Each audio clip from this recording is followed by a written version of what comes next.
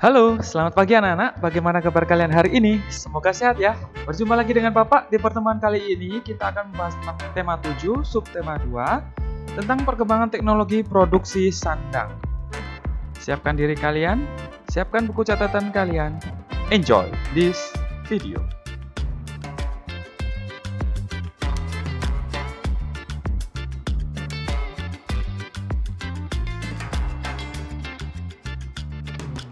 Pokok poin yang pertama tentang mengolah bahan dasar pakaian. Zaman dahulu, manusia mengenakan pakaian dari kulit hewan. Sebelum adanya teknologi industri, manusia menggunakan alat-alat di sekitar mereka untuk bertahan hidup. Selain kulit hewan, pada zaman dahulu manusia biasa mengenakan pakaian yang diolah dari daun yang dijemur hingga kering, kulit kayu yang dipukul-pukul hingga tipis. Jadi zaman dahulu manusia itu belum mengenal namanya pakaian ya, masih menggunakan bahan-bahan yang di sekitar mereka. Adanya kemajuan teknologi berpengaruh terhadap perkembangan industri tekstil atau industri pakaian. Kebutuhan sandang termasuk kebutuhan pokok utama. Ya, kita lihat berikut ini kebutuhan pokok atau utama manusia itu apa saja? Ada sandang atau pakaian, kemudian ada pangan atau makanan, kemudian ada papan ataupun rumah. Ini adalah kebutuhan pokok manusia. Kebutuhan pokok itu apa? Kebutuhan yang harus ada, yang harus dipenuhi oleh manusia tersebut. Makanya manusia itu bekerja untuk memenuhi kebutuhan hidupnya. Kita lanjutkan. Nah, kemudian kita masuk dengan mengolah bahan dasar pakaian. Saat ini sudah banyak bahan dasar pakaian diolah dengan cara modern canggih ya. Nah, cara pengolahnya bagaimana? Langkah-langkahnya. Yang pertama, bahan dasar diolah menjadi serat. Kemudian serat dipintal menjadi benang, setelah itu benang ditenun menjadi kain. Nah, semua itu dilakukan dengan mesin yang canggih. Nah, ini perbandingan antara mengolah bahan dasar pakaian secara tradisional dan juga dengan cara modern atau dengan tangan dan dengan mesin. Bisa anak-anak amati ya. Itu bahan dasarnya dilihat, kemudian pemintalannya lihat dengan tangan, kemudian itu yang dengan mesin. Kemudian menenunnya masih dengan tangan dan juga ada yang dengan mesin. Nah, fungsi pakaian. Fungsi pakaian sendiri itu apa? Nah, anak-anak gunakan pakaian sehari-hari harus tahu kegunaannya. Yang pertama, untuk melindungi tubuh dari udara panas ataupun dingin. Dan untuk kenyamanan. Nah, manusia itu menggunakan pakaian itu harus nyaman terlebih dahulu. Tidak harus yang mewah. Kalau kalian pakai pakaian yang mewah tapi tidak nyaman, itu sama saja. Kalian tidak akan tenang. Misalnya kalian duduk pun kalian akan risih sendiri. Nah, kemudian sebagai gaya hidup atau style ataupun untuk fashion. Digunakan sekarang masih sudah banyak. Misalnya anak-anak muda sekarang menggunakan pakaian itu sebagai fashion mereka dan juga ada peragaan busana biasanya. Kita profesi sebagai model. Kemudian sebagai tanda pengenal atau identitas profesi. Maksudnya bagaimana? Ya maksudnya kalian melihat seorang polisi menggunakan seragam polisi, otomatis kalian akan tahu, oh profesi dia adalah polisi. Dokter juga sama seperti itu.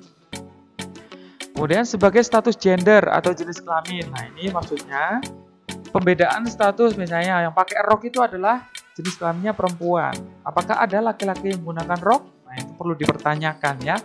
Anak-anak harus tahu mengapa perempuan itu boleh menggunakan celana sedangkan laki-laki kok tidak boleh menggunakan rok. Itu ada yang aneh di situ ya kalau misalnya laki-laki mengenakan rok. Itu orang tua kalian pasti akan memarahi kalian kalau laki-laki menggunakan rok. Tapi kalau perempuan menggunakan celana, nah, itu akan biasa saja ya. Karena perempuan itu untuk melindungi tubuhnya dari misalnya gangguan orang luar gitu. Orang jahat maksudnya. Next. Nah, bahan dasar pakaian. Indonesia kaya akan bahan dasar pakaian. Ada pakaian yang terbuat dari bahan alami dan bahan buatan. Serat merupakan bahan baku yang digunakan dalam pembuatan benang dan kain. Contoh pakaian yang terbuat dari bahan atau serat alami antara lain yang pertama, bahan katun, sutra, linen, wol, kulit hewan. Nah, itu tadi contoh-contohnya dan lain-lain. Serat buatan itu apa? Serat buatan adalah serat yang bahan penyusunnya dibuat oleh manusia atau bahan sintesis. Nah, sintetis maksud Bapak. Ya, itu. Kemudian contoh pakaian terbuat dari bahan atau serat buatan antara lain itu ada polimer sintetis atau nilon dan juga rayon. Nilon biasanya dapat ditemukan pada stocking dan legging. Nah, anak kalau yang punya legging diamati ya. Bentuknya seperti karet itu melar ya. Jadi bahan dasarnya adalah nilon. Kemudian pakaian berbahan nilon biasanya memiliki elastisitas yang tinggi dan tahan terhadap jamur dan serangga. Lebih awet ya. Rayon biasanya digunakan untuk membuat pakaian jenis gaun, blus, jaket, dan dasi. Pakaian berbahan rayon biasanya memiliki kilau yang alami dan memiliki daya serap yang tinggi. Nah, sifat-sifat umum dari serat buatan yaitu kuat dan tahan gesekan atau tidak mudah rusak karena kuat dari bahan buatan. Nah, ini contohnya ya. Next. Nah, kita masuk ke menemukan kata kunci dari teks tentang perkembangan teknologi produksi sandang. Nah, di sini kita dapat mencari informasi mengenai bahan pembuat pakaian dari berbagai sumber, misalnya buku, koran, ataupun majalah. Informasi dapat berupa teks bacaan, gambar, ataupun bagan. Setiap teks memiliki gagasan pokok yang dapat diperoleh dengan menandai kata kunci pada setiap paragraf. Kata kunci sendiri merupakan kata terpenting atau pokok dalam suatu paragraf. Anak-anak bisa lihat di situ contohnya. Nah, itu ada serat alami dan buatan pada pakaian. Anak-anak bisa baca. Nah, yang Bapak garis bawah ini adalah kalimat utamanya. Serat merupakan bahan baku yang digunakan dalam pembuatan benang dan kain. Itu paragraf 1. Kemudian paragraf 2, salah satu contoh pakaian terbuat dari serat alami yaitu kain katun. Nah, ini paragraf 3. Serat buatan biasanya lebih kuat dan tahan gesekan. Itu anak-anak ya.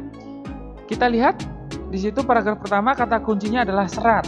Nah, karena dia mengawali penting ya, yang penting serat. Serat itu apa? Artinya itu sel atau jaringan berupa benang atau pita panjang berasal dari hewan atau tumbuhan. Kalimat utamanya tadi ya.